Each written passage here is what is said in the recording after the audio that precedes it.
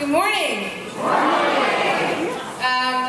hat's off to, thank you so much for that introduction. I mean, I think I want to call the meeting over now. First of all, I want to say, isn't this a lovely setup for a product?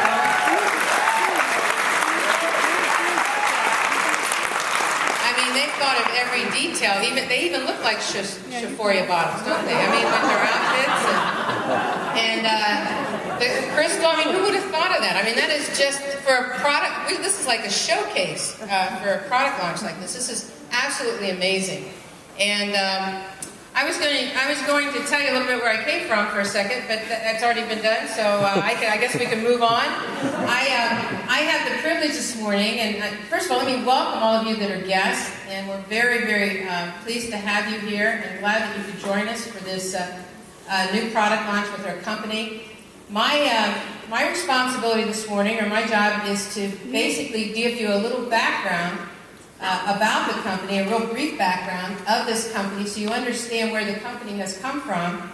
And then I will have the privilege of introducing our founder and the person behind this amazing product. So with that, let me say this. I was a part of the home-based business industry when it was very, very small. And now it's kind of taken the world by storm. I mean, I think it's somewhere around $154 billion industry. And I think people are coming to the realization they're tired of the morning commute to work. They're tired of having a ceiling on their income. They're tired of having someone else decide whether they get a promotion or not. They're tired of having someone else decide whether they can go on vacation and for how long. And I loved what I was doing before the home-based business that I started. But I really was yearning for that unlimited income. Little did I know what I was really yearning for was freedom. Because once you've made the money, it's the freedom that you realize is life-changing. When you can, you want to raise, you just go to the mirror and ask yourself. You want to go on vacation, you just go to the mirror and ask yourself. Right?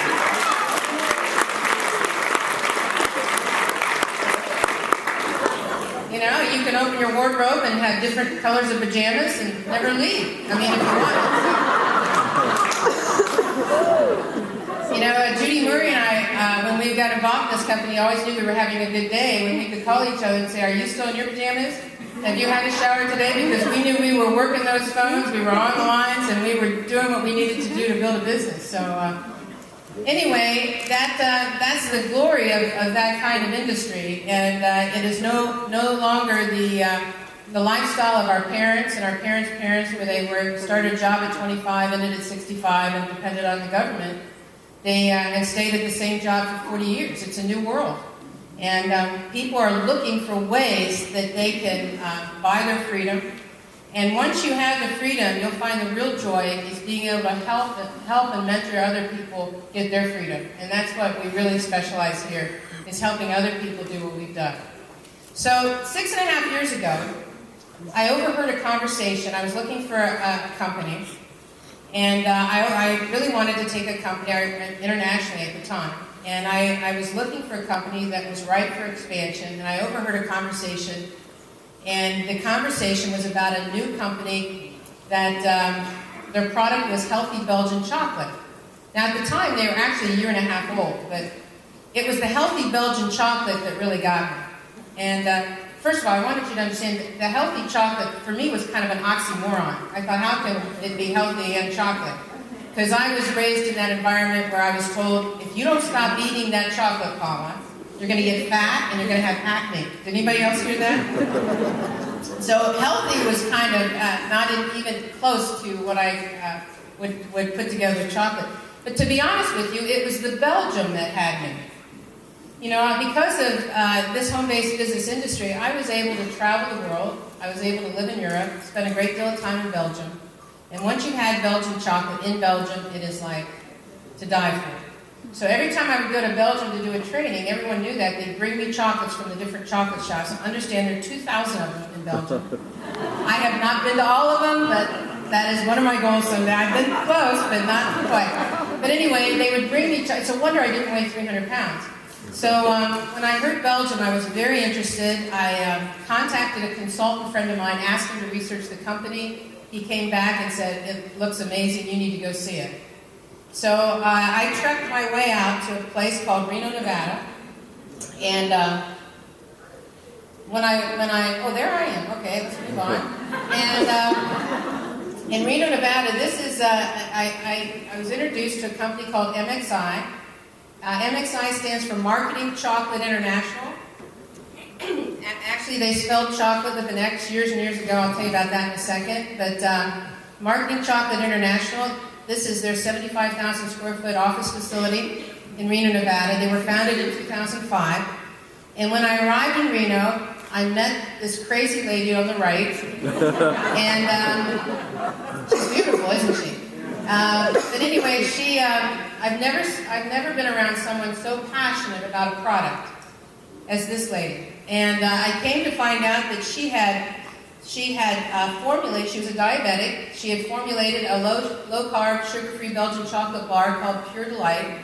It was sold in retail stores across the country, from Walmart to Target to Walgreens to CVS, Edwards, Rite Aid, GNC, 7-Eleven. I've done this before. And so consequently, it was everywhere. It was a $300 million success story. And it was during the low-carb days of, remember Robert Atkins, the doctor, the spokesperson for low-carb. And it was so successful. And of course, when he slipped on an icy sidewalk, hit his head and passed away, they lost their spokesperson for low-carb, and low-carb didn't just slowly die, it plummeted. And so she had already been working on healthy chocolate, a healthy version, and so she started this company in 2005. It's family-owned, it's debt-free, and they have just opened up their 41st country, Malaysia. And so we have the ability to build all over the world. So when I returned home, I didn't get involved immediately, but when I returned home, I thought, is this really, emotionally, I want to get involved with this business, but it doesn't make good business sense. Is it a product that would be a high-demand product? So I went to Barnes & Noble, and I picked up a magazine, Entrepreneur Magazine, and it listed the top 10 fastest-growing businesses, and chocolate was one of the top 10. I thought, am I supposed to see this? Is this an open? And then I looked at an open magazine, and it had chocolate on it. I looked at Health magazine, it had chocolate on it. And then I started to realize chocolate was in all of these major newspapers, news stories, magazines, whatever. And it talked about how it could lower your blood pressure, that dark chocolate could reduce inflammation in your body, it could lower cholesterol. It could even help you fight insulin resistance if you're diabetic. I thought, how can this be? So as I did my due diligence, I came to realize that this was a recession-proof product. We know that chocolate is in high demand during good times. We want it at our weddings, our bar mitzvahs. We want to give it as gifts at Christmas. It's a very celebratory product. But did you realize that it booms even in bad times? It's an indulgence that people will not give up. And we found out there was a scientific reason for that. It actually raised your serotonin level, which is your mood elevator. It actually makes you feel better when you eat it. I knew there was a reason I craved this product. But then as I did my research, I found out it's a $100 billion industry. It's huge. 9 out of 10 people crave it. Had no idea. Do you realize that's bigger than coffee? Coffee is 7 out of 10. So, and then I found out that 1 out of every 2 people consume it every single day.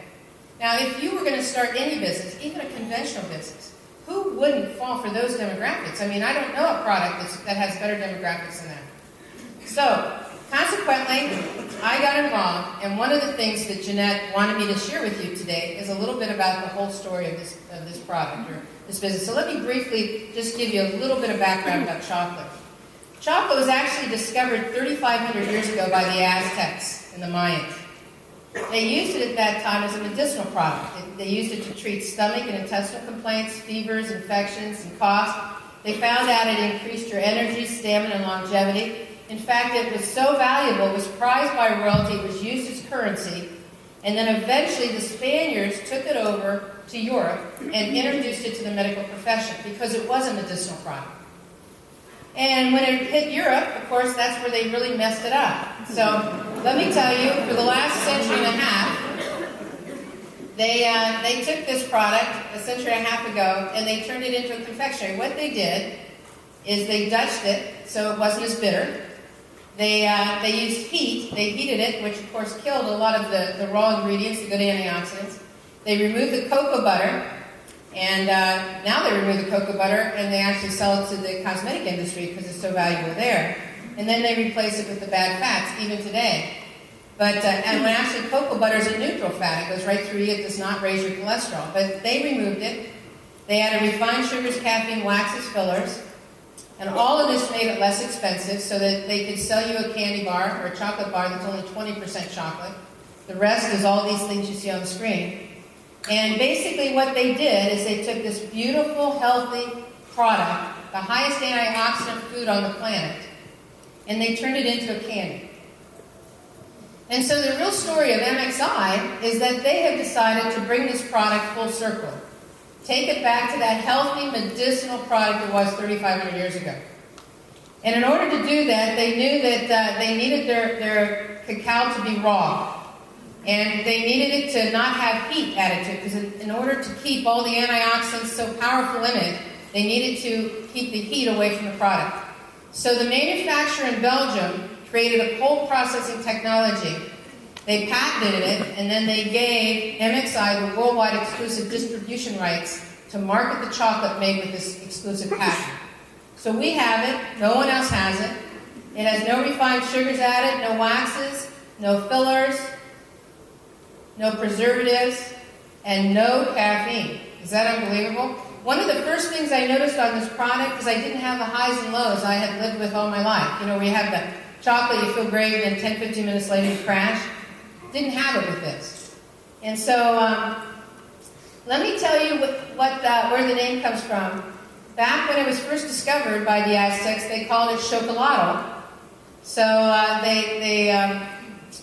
we kept the XO for chocolate, and then in the product there's a formulation that was put together that included the acai berry. Acai berry is a very high antioxidant product that's found in the Amazon rainforest. And so our product is Xophoria. If it's hard to pronounce, you can't remember, just think of that movie, Jerry Maguire, where Cuba Gooding said, "Show me the money." Remember that one? So think, "Show me the money," and when it arrives in your mailbox, sigh with relief.